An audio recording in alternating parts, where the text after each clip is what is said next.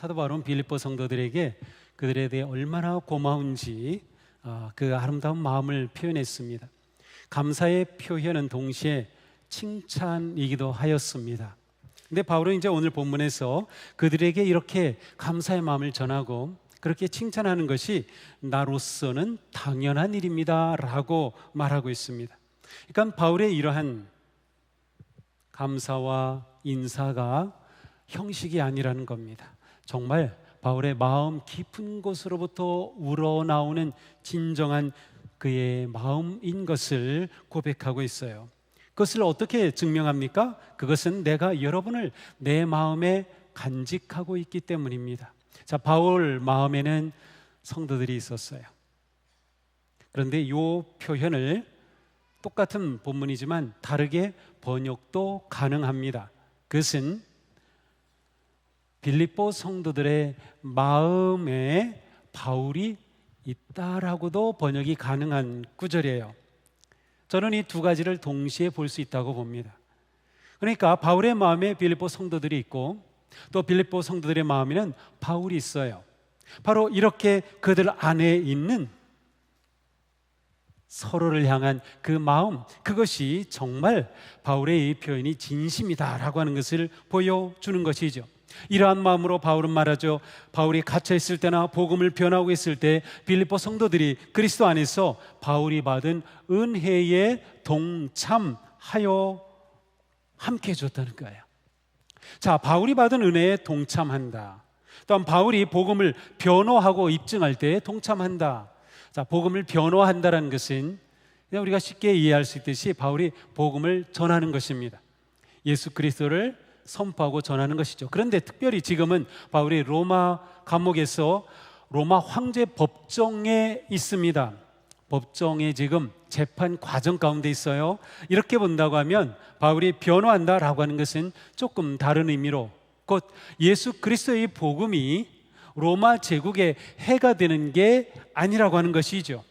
정말로 이것은 참된 진리이며 그들에게 진정한 구원의 소식이 될 수 있다라고 하는 것을 변증하고 있다라고 하는 것을 의미하는 것이에요. 그런데 바울은 바로 이러한 바울의 복음의 변호에 빌립보의 성도들이 동참하고 있다고 하는 것이에요.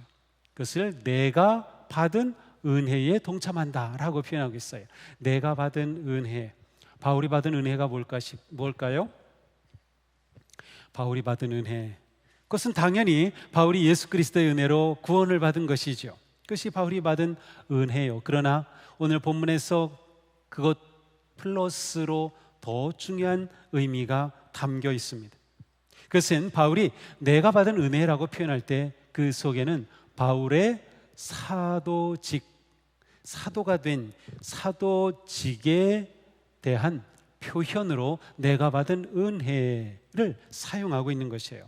예를 들어서 로마서에 보면 우리는 그를 통하여 은혜를 입어 사도의 직분을 받았습니다 라는 표현을 사용합니다. 은혜를 입어 사도의 직분을 받았습니다. 바울은 자신이 사도가 된 것을 주님의 은혜라고 생각하고 있어요.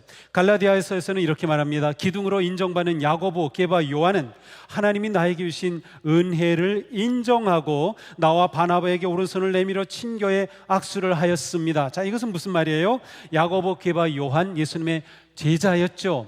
이들은 그야말로 사도의 권위를 가지고 있는 자들이었어요. 그런데 이 제자들이, 이 사도들이 바울에게 주신 은혜를 인정했다. 나의 은혜를 인정하고 그것은 바울이 예수 그리스도를 만나 구원받았음 뿐만 아니라 바울에게 주신 사도의 직분을 인정했다는 거예요. 그렇게 해서 바울로 하여금 이방인을 위한 사도로 선교사에게 힘쓸 수 있게 되었다는 거죠. 그러니까 바울은 자신의 사도됨에 대해서 이것이 나에게 주신 은혜라고 하는 그 생각이 분명하였습니다. 사도로 부름받은 것이 은혜다. 은혜는 무슨 뜻이죠? 하나님께서 예수 그리스도를 통하여 우리에게 베풀어 주신 구원의 그 사건을 우리는 은혜라고 말합니다. 왜 은혜입니까? 그것은 아무런 대가 없이 베풀어 주신 사랑의 선물이기 때문입니다. 우리 안에 예수님에 대한 믿음을 일으켜 주시고 그 믿음으로 말미암아 구원의 그 사랑을 우리가 얻게 하신 것이죠. 그러므로 우리가 받은 이 구원은 우리의 어떤 선한 행위나 어떤 업적이나 공로나 능력으로 얻은 것이 아니라 거저 주신 선물입니다. 그래서 우리는 은혜라고 말하는 것이에요. 우리는 이 은혜로 인하여 믿음으로 말미암아 구원을 얻었습니다. 내가 받은 은혜가 무엇인가 우리는 정확하게 알고 있어야 합니다. 왜 은혜인가를 우리는 알고 있어야 돼. 바울은 이 구원의 도리에 관해서 아주 놀랍게 잘 설명해 주고 있어요. 에베소서의 말씀인데 우리 같이 한번 천천히 읽어보겠습니다.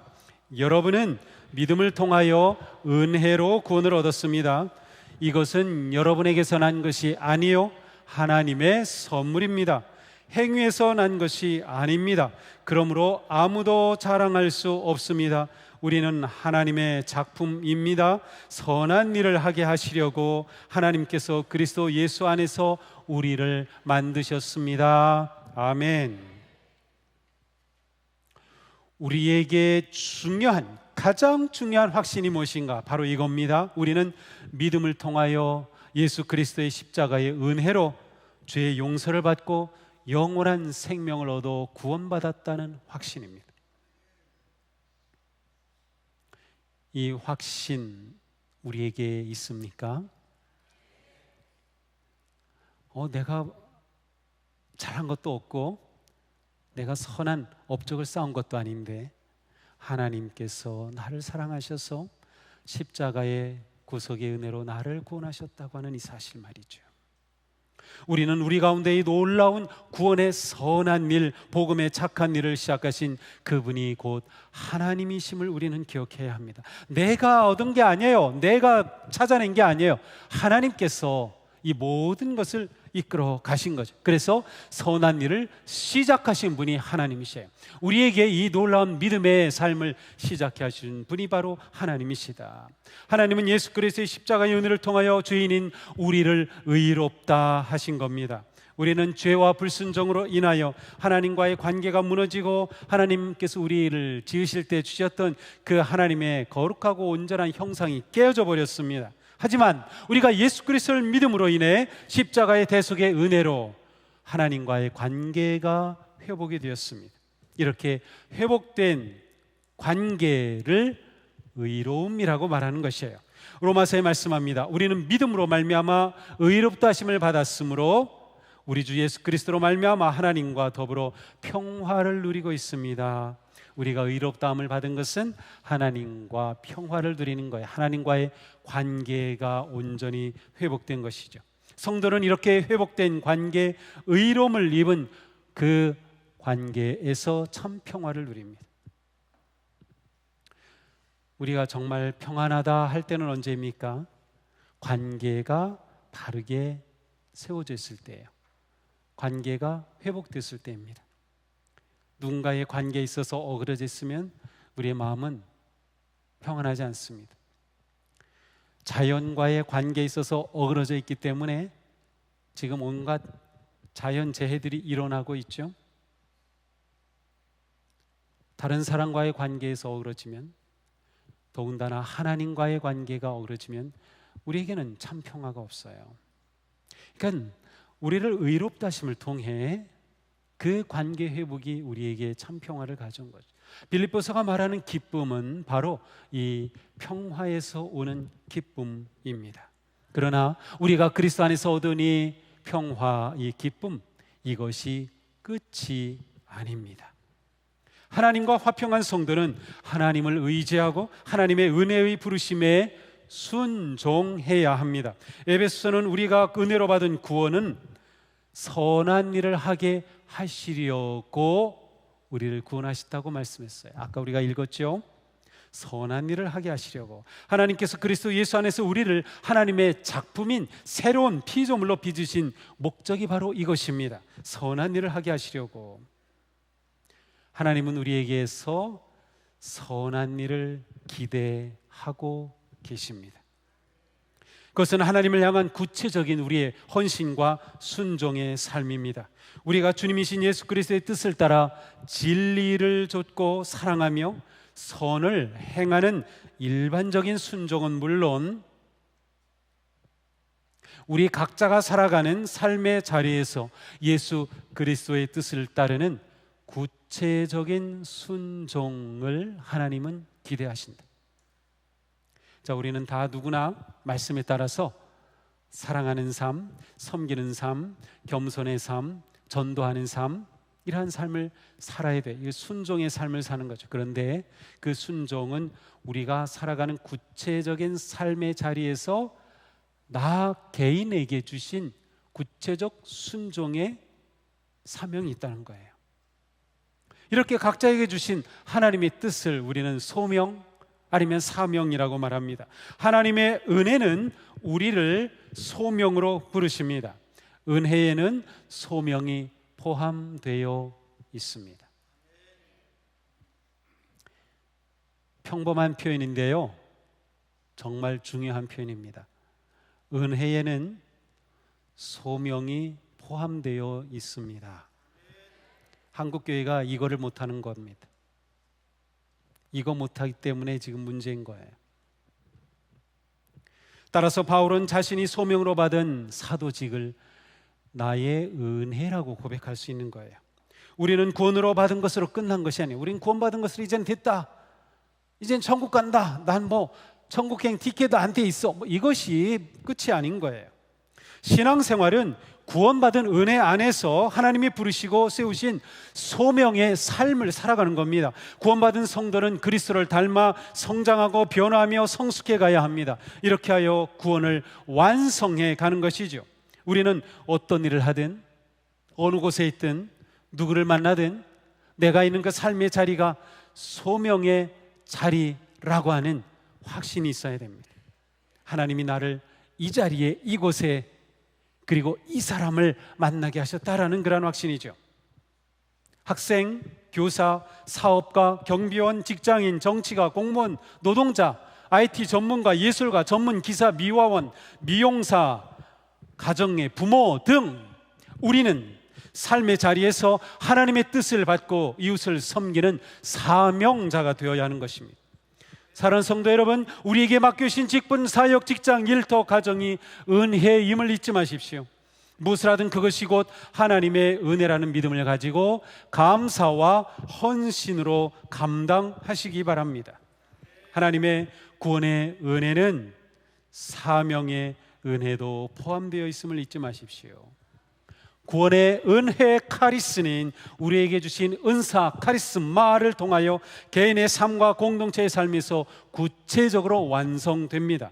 이것이 선한 일을 시작하신 하나님이 그 일을 완성하시리라고 확신합니다 라고 선언한, 바로 오늘 본문 앞에서 이렇게 선언한 바로 그 믿음을 가진 성도의 삶인 것입니다.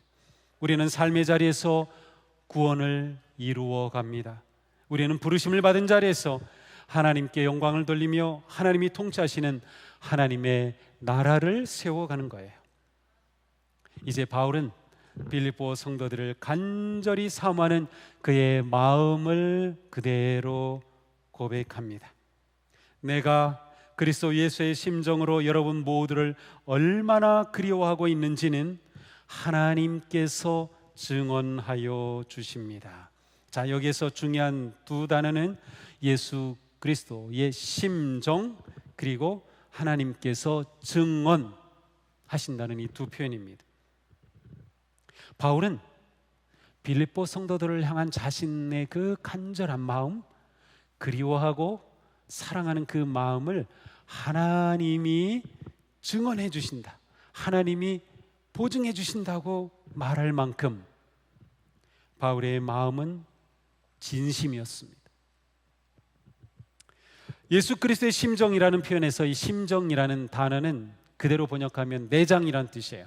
이게 왜 내장인가 하면 그 당시 사람들은 사람의 감정, 생각, 마음이 이 내장, 배로부터 나온다고 믿고 있었습니다.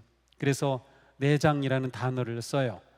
하지만 번역할 때는 심장, 심정, 긍휼, 사랑 이와 같은 단어로 번역하기도 합니다. 그렇다면 바울이 자신의 마음을 예수 그리스도의 심장이라고 표현한 의미는 무엇일까요? 아마도 그것은 빌립보 교회를 세운 목사로서 바로 목자 없는 양을 긍휼히 여기시는 주님의 마음을 가지고 그들을 향하고 있다는 것을 표현하는 것이에요. 뿐만 아니라 갈라디아서에서는 이렇게 고백하죠. 나는 그리스도와 함께 십자가에 못 박혔습니다. 이제 사는 것은 내가 아닙니다. 그리스도께서 내 안에서 살고 계십니다. 뭐라고 하는 거예요? 바울은 자기가 심장 이식되었어요. 어떻게? 예수 그리스도의 심장이 자기의 심장이 된 겁니다. 이제 자기는 죽고 자기 안에 그리스도께서 살고 계시다는 겁니다. 그러므로 바울이 빌립보 성도들 향해 내가 여러분을 사랑하고 그리워합니다 라고 말할 때 그것은 내 심장이 아니라 예수 그리스도의 심장으로 라고 표현을 할 수 있는 거죠. 그렇습니다. 저는 이 바울과 빌립보 성도들의 이 관계, 이 표현 너무나도 아름다워요. 너무나도 아름다워요. 이것이 진정한 교회 성도들의 관계가 아닌가? 이것이 진정한 교회의 목회자와 성도들의 관계가 아닌가 생각하게 됩니다.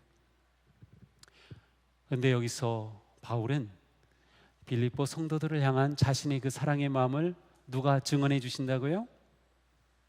하나님이 증언하신다는 거예요. 증언이란 단어는 무슨 뜻이에요? 법정에서 사용하는 법정 용어입니다. 증인이 된다는 뜻이에요. 증인이 된다. 자, 이 말을 가만히 생각해 보면, 자, 바울의 그 마음을 증언해 주신다는 것은 하나님이 바울 자신의 모든 것을 다 알고 계시다는 거예요. 바울은 자기 안에 그리스도의 심장이 있기 때문에 주님이 자기 안에 계셔요. 그래서 바울의 내밀한 생각과 마음과 감정과 모든 것까지 주님이 환히 알고 계셔요. 따라서 바울이 내가 여러분을 사랑합니다라고 할 때 내 안에 계신 하나님께서 그것을 증언해 주시는 겁니다. 하나님이 알고 계시다는 거예요. 또한 바울은 내 안에 계신 하나님뿐만 아니라 여러분 안에도 같은 하나님이 계시기 때문에 같은 하나님이 내 안에, 여러분 안에 계시다면 내 안에 계신 하나님, 같은 하나님은 나의 이 사랑의 마음이 진심이라는 것을 보증하고 인정해 주신다라고 하는 의미가 담겨 있어요. 지금 바울은 로마의 황제 법정에 있습니다. 그런데 바울은 자신의 운명을 결정하는 그 진정한 법정은 황제의 법정이 아니라 그리스도의 법정임을 고백하고 있는 겁니다. 하나님이 증인이 되어 주십니다라고 말할 때 바울의 생각 속에는 그리스도의 법정을 생각하고 있었던 겁니다. 하나님이 증인이 되셔서 바울이 그리스도의 심장으로 얼마나 그들을 사랑하였는지를 증언해 주신 그 법정입니다. 그리스도의 법정에서는 내가 얼마나 위대한 일을 이루었는지, 내 업적이 얼마나 큰지, 내가 얼마나 큰 재산을 모았는지, 내가 얼마나 유명한지, 내가 얼마나 많이 배웠는지, 그것은 별 가치가 없는 겁니다. 가장 중요한 것은 얼마나 사랑하였느냐입니다. 예수 그리스도의 법정, 앞에 본문에서 그리스도 예수의 날까지 그 일을 완성하시라고 나는 확신합니다. 예수 그리스도의 그 날, 마지막 심판의 날, 그리스도의 법정 그 날을 바울은 생각하고 있는 겁니다. 그리고 하나님께서 나의 증인이 되어 주신다라고 믿고 있었던 거예요.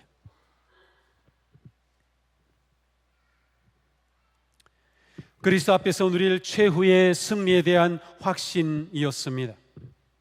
바울은 최후의 우주적 승리를 포함하는 영광스러운 구원의 완성을 바라보고 있었던 것이죠. 사랑하는 성도 여러분, 예수님을 구세주로 영접하고 진정으로 주님으로 믿고 계십니까? 그렇다면 우리 안에 부활하신 그리스도께서 살아 계십니다. 누구든지 예수님을 믿고 영접하면 예수님은 그와 함께 하시며 그 사람 안에 거룩하신 영으로 거하십니다. 우리가 서로 예수님이 내 안에 거하심을 믿는다면, 그리고 그 주님을 우리가 함께 따른다면 우리는 하나님의 진정한 가족이 될 수 있는 겁니다. 그렇게 바울과 빌립보의 성도들은 아름다운 사랑의 관계를 맺었던 것이죠. 또한 우리는 최후의 승리를 바라보며 하나님이 증인이 되어 주실 것을 확신하면서 복음의 은혜에 동참해야 하는 것이에요. 바울은 성도들이 복음의 은혜에 참여하는 것이 얼마나 중요한지 잘 알고 있었어요. 그래서 바울은 빌립보서뿐만 아니라 그가 쓴 많은 편지를 해서 함께 한다고 하는 그 개념을 아주 의미 있게 사용을 합니다. 우리는 모두 하나님의 나라를 향해 하나님의 나라를 이 땅에 이루며 하나님의 나라를 살아갈 함께하는 동역자들입니다. 우리는 함께하는 전우이며 우리는 함께 갇힌 자이며 우리는 함께 멍에를 메었으며 우리는 함께 애쓰고 있으며 우리는 함께 승리하여 하나님의 상속을 받을 자들입니다. 이처럼 교회는 복음에 참여하는 공동의 사명 공동체입니다. 그러니까 우리에게 이 믿음과 경험이 너무도 중요합니다. 나와 함께 한다는 것. 우리 권사님이 나와 함께, 우리 목사님이 나와 함께 하셔. 내가 함께 그리스도의 몸 안에 공동의 사명을 가지고 있다는 것 말이죠. 이제 바울은 편지의 감사 부분을 마무리하면서 기도합니다. 어떤 기도를 하죠? 함께 읽겠습니다. 내가 기도하는 것은 여러분의 사랑이 지식과 모든 통찰력으로 더욱더 풍성하게 되어서 여러분이 가장 좋은 것이 무엇인가를 분별할 줄 알게 되는 것입니다. 아멘. 자, 이것이 바울의 기도였어요. 바울의 기도의 핵심은 사랑이 풍성하여져서 분별할 줄 알게 되는 것이었습니다. 자, 고린도후서 8장에 가서 보면 바울은 마케도니아에 있는 교회들을 말하면서 그들은 큰 환난의 시련을 겪으면서도 기쁨이 넘치고 극심한 가난에 쪼들리면서도 넉넉한 마음으로 남에게 베풀었습니다 라고 말하고 있습니다. 마케도니아에 있는 교회의 첫 번째가 빌립보 교회입니다. 그러니 빌립보 교회 성도들은 큰 박해와 환난 가운데 있었으며 그들은 경제적으로 심히 쪼들렸습니다. 그럼에도 불구하고 그들은 남에게 베풀기를 잘하였어요. 특별히 빌립보의 교회는 바울 사도를 재정적으로 후원까지 해줬어요. 그렇다면 바울이 그들을 위해 어떠한 기도를 해야 했을까요? 하나님, 우리 빌립보의 성도들이 환난에서 벗어나게 하시고 저들이 경제적으로 쪼들리니 하나님 저들이 부욕해 해 주시옵소서라고 기도해야 옳지 않을까요? 그런데 바울은 그러한 기도를 구하지 않았습니다. 오히려 그들의 사랑이 더 풍성하게 되기를 구하였어요. 그들에게 사랑이 가장 중요했기 때문입니다. 앞에서 우리는 그리스도의 법정에서 마지막 심판의 잣대가 사랑이라고 하는 것을 보았죠. 그렇습니다. 바울은 바로 그 사랑을 위해 빌립보 성도들을 위한 기도를 하고 있는 것입니다. 바울은 그들에게 있는 그 사랑이 더욱 풍성해지기를 기도하고 있는 겁니다. 진정한 승리자가 되기 위해서 말이죠. 어떻게 사랑이 풍성해집니까? 바울의 기도를 보니까 지식과 모든 통찰력으로, 지식과 모든 통찰력. 자, 지식은 무엇이죠?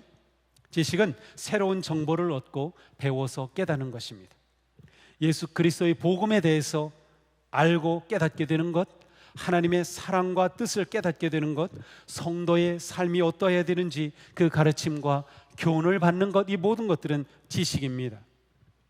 그런데 이 지식만 많아지면 사람은 교만해집니다.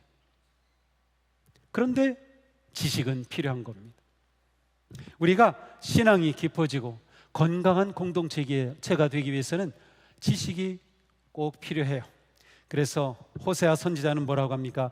내 백성이 지식이 없으므로 망하는도다. 하나님을 아는 지식이 없어서 망한다는 겁니다. 베드로 사도는 뭐라고 합니까? 우리의 주님이시며 구주이신 그리스도 예수에 대한 지식과 그의 은혜 안에서 잘하십시오. 참된 지식은 성도를 의로운 길로 인도하며 성장하게 하며 겸손한 사랑의 삶으로 이끌어갑니다. 바로 이 지식을 구하는 겁니다. 지식과 다음 뭐예요? 통찰력. 통찰력은 흔히 지혜 혹은 명철로도 번역이 가능한 거예요. 통찰력이란 삶에서 드러나는 실제적 삶의 지혜를 말합니다. 통찰력은 성도로서 세상을 살아갈 때 인간관계에서, 일터에서, 교회에서, 가정에서 복음의 지식을 소통하고 진실한 사랑과 이해와 섬김의 유익한 삶을 살아가는 지혜가 통찰력입니다. 하나님과 이웃과 교회와 자신의 관계에서 지식이 인격적 삶으로 드러나는 것이 통찰력이에요. 지식이 인격적 삶으로 드러나는 것이 지혜다. 그러니 지식만 가지고는 안 되죠. 통찰력이 함께 있어야 되는 거예요. 지식이 교만이 되지 않으려면 통찰력이 필요합니다. 바울은 성도들이 지식과 통찰력을 얻어서 무엇하기를 원하였어요? 좋은 것이 무엇인지 분별하기를 원하였습니다. 지식과 지혜와 분별, 바울은 너무나도 중요하게 여겼어요. 로마서에 이런 말씀이 있죠. 여러분은 이 시대의 풍조를 본받지 말고 마음을 새롭게 함으로 변화를 받아서 하나님의 선하시고 기뻐하시고 온전하신 뜻이 무엇인지 분별하도록 하십시오.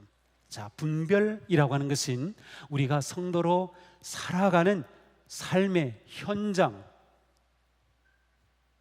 그 자리에서 가장 중요한 것입니다. 분별을 못하면 우리의 인생이 승리할 수 없어요.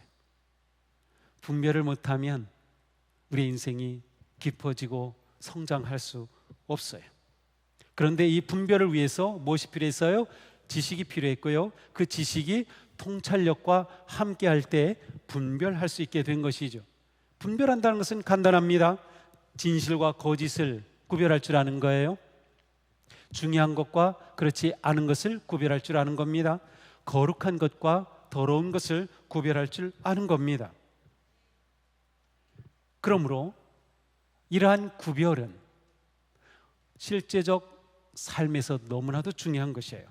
특별히 오늘 본문에서 사도 바울이 염두에 두고 있는 것은 빌립보 성도들의 삶이 유익한 삶이 될 것을 염두에 두고 있어요. 분별이라고 말할 때 그것은 무엇이 유익한가를 분별할 수 있는 힘을 말합니다. 유익하다고 하는 것은 하나님을 사랑하는 것, 이웃을 사랑하는 것, 복음을 전하는 것, 예수 그리스도를 내 마음에 품고 그리스도를 따르며 살아가는 것, 그러기 위해 이 세상에서 겸손하게 섬기는 것, 이러한 것들을 포함하는 것이에요. 이렇게 하여서 구원을 완성해 간다고 하는 것입니다. 그러므로 분별력이 주는 최고의 의미는 무엇입니까? 그러한 삶을, 믿음의 삶을 살아갈 수 있도록 가치와 방향을 갖게 하는 것입니다. 분별할 수 있는 사람이 인생의 가치를 가지는 거예요. 그 가치가 있어야 이거는 내가 선택할 것, 이건 아닐 것라고 분별하여 그 길을 갈 수 있기 때문이죠. 그리스도 예수 안에서 삶의 방향과 가치가 세워질 때 무엇을 실천하며 어떻게 서로 사랑하며 유익한 삶을 살 수 있는지가 분명해지는 겁니다. 그리고 그 삶을 살아가는 것이죠. 바울은 말합니다. 그리하여 분별력을 얻게 되어 여러분이 그리스도의 날까지 순결하고 흠이 없이 지내며 예수 그리스도께서 주시는 의의 열매로 가득 차서 하나님께 영광과 찬양을 드리게 되기를 나는 기도합니다. 자, 이것이 지식과 통찰력과 분별력을 갖춰 사랑의 가치로 살아가는 진정한 성도의 모습이에요. 그리스도의 날까지, 그리스도의 법정에 서는 그때까지 어떻게 순결하고 흠이 없이 지내며 허물이 없고 양심의 거리낌이 없으며 공동체에 걸림돌이 되지 않는 삶으로 살아가는 것, 바로 그것을 의미하죠. 순결하고 흠없이 지내며 예수 그리스도께서 주시는 의의 열매로 가득 차서, 의의 열매는 의로부터 나오는 열매입니다. 자, 앞에서 제가 의는 뭐라고 그랬어요? 관계라고 했습니다. 성경에서 의는 관계 개념입니다. 의라고 하는 것은 바로 하나님과 올바른 관계를 맺고 있는 상태를 말하는 것이에요. 그러므로 그리스도께서 주시는 의의 열매라는 것은 그리스도로 말미암아 하나님과 내가 바른 관계를 맺게 되었을 때, 그 관계를 통하여 또한 다른 사람들과 바른 관계를 맺게 되었을 때, 내 일과도 바른 관계를 맺게 되었을 때, 내 가족과도, 내가 살아가는 이 사회와도 국가와도 바른 관계를 맺게 되었을 때, 거기에서 어떤 삶이 나오는 거예요? 순결하고 흠없는 삶, 의의 열매들이 그렇게 나타난다는 것입니다. 이 열매는 성도들의 거룩한 성품, 행동으로 드러난 모든 유익한 것들을 말하는 것이에요. 성도는 의의 열매로 하나님을 기쁘시게 하고 하나님께 영광과 찬양을 드리는 삶을 살아가는 것이에요.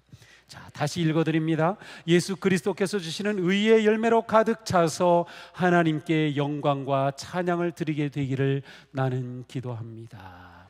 그렇습니다. 이처럼 바울은 빌립보의 성도들이 예수 그리스도 안에서 온전한 지식과 지혜에서 오는 사랑의 풍성함으로 세상 속에서 구별된 순결한 삶으로 모든 사람에게 유익함을 주는 의의 열매가 가득하기를 기도하였습니다. 이렇게 될 때 하나님이 영광 받으심을 분명하게 보았습니다. 우리에게 성도로 살아가는 삶의 궁극적인 목적이 무엇입니까? 그것은 하나님께 영광과 찬양을 드리는 것입니다. 우리는 오직 하나님께 영광과 찬양을 드리기 위해 구원받은 것이에요. 예배가 우리의 사명입니다. 우리가 하나님께 영광과 찬양을 드리는 참된 예배자가 되려면 우리의 삶이 의의 열매로 가득해야 하는 것이에요. 오늘 집에 가시면 오늘 본문을 거꾸로 읽어보세요. 거꾸로 읽어보시면 오늘 말씀이 그대로 드러납니다. 아직 시간이 좀 있으니까 제가 한번 거꾸로 읽어볼까요? 하나님께 영광과 찬양을 드리게 되는 삶을 위해 예수 그리스도께서 주시는 의의 열매로 가득하십시오.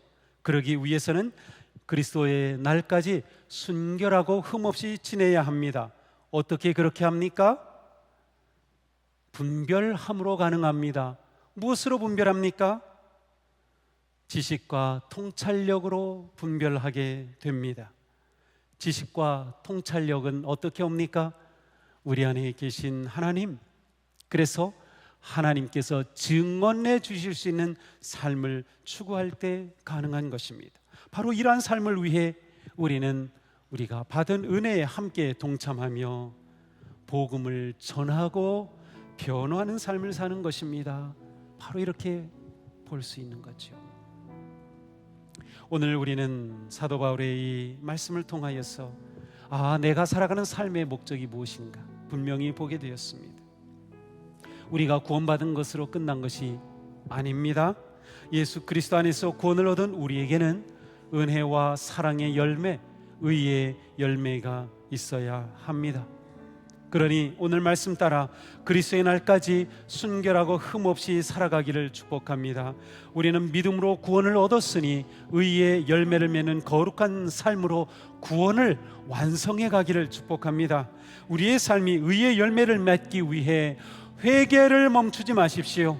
성령께서 우리를 새롭게 하시고 흠이 없게 하실 것입니다. 선하신 일을 이루시는 그리스도의 능력이 우리 안에 나타나도록 기도를 멈추지 마시기 바랍니다. 승리의 그날을 바라보며 하나님께 영광과 찬양을 높이 올려드리는 유익하고 복된 예배자가 되기를 주님의 이름으로 축복합니다. 기도합시다.